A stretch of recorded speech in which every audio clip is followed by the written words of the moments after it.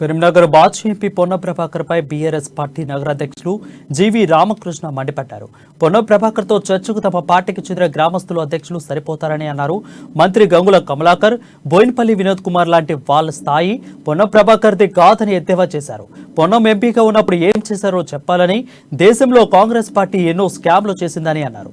మునుగోడు ఉప ఎన్నికలో కాంగ్రెస్ పార్టీ బీజేపీతో కుమ్మక్కైందని, ఇప్పుడు తమ పార్టీపై బురద చల్లే ప్రయత్నం చేస్తుందని మండిపడ్డారు.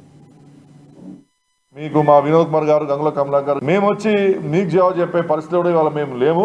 ఎందుకంటే మీకు మాకు చాలా డిఫరెన్స్ ఉన్నాయి డెవలప్మెంట్లో. కాబట్టి మీకు చర్చకు సిద్ధమని మీరు చెప్పినారు. కాబట్టి మా కరీంనగర్ జిల్లాలో 313 గ్రామాలు ఉన్నాయి.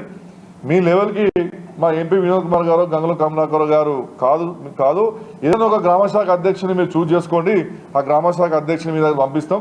ఆయన తోటి చర్చకు సిద్ధమన్నారు కదా, మా గ్రామశాఖ అధ్యక్షుడు వచ్చి మీతోటి ఏం చర్చ పెడతారో చర్చ పెట్టండి.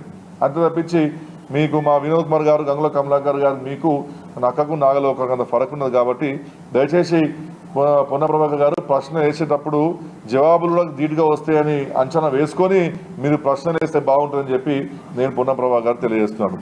ఈరోజు గత 10 సంవత్సరాలు కేంద్రంలో రాష్ట్రంలో మీరు పరిపాలించినప్పుడు నాకు తెలిసి భారతదేశంలో ఏ ప్రభుత్వం చేయనటువంటి స్కాములు జరిగినాయే మీ దగ్గర. ఈ స్పెక్ట్రమ్ 2G స్కామ్ ఏంటి, హెలికాప్టర్ కొనుగోలు స్కామ్ ఏంటిది, బోఫర్ స్కామ్ ఏంటిది, హర్షద్ మేహతా స్కామ్ ఏంటిది, ఇట్లా అనేక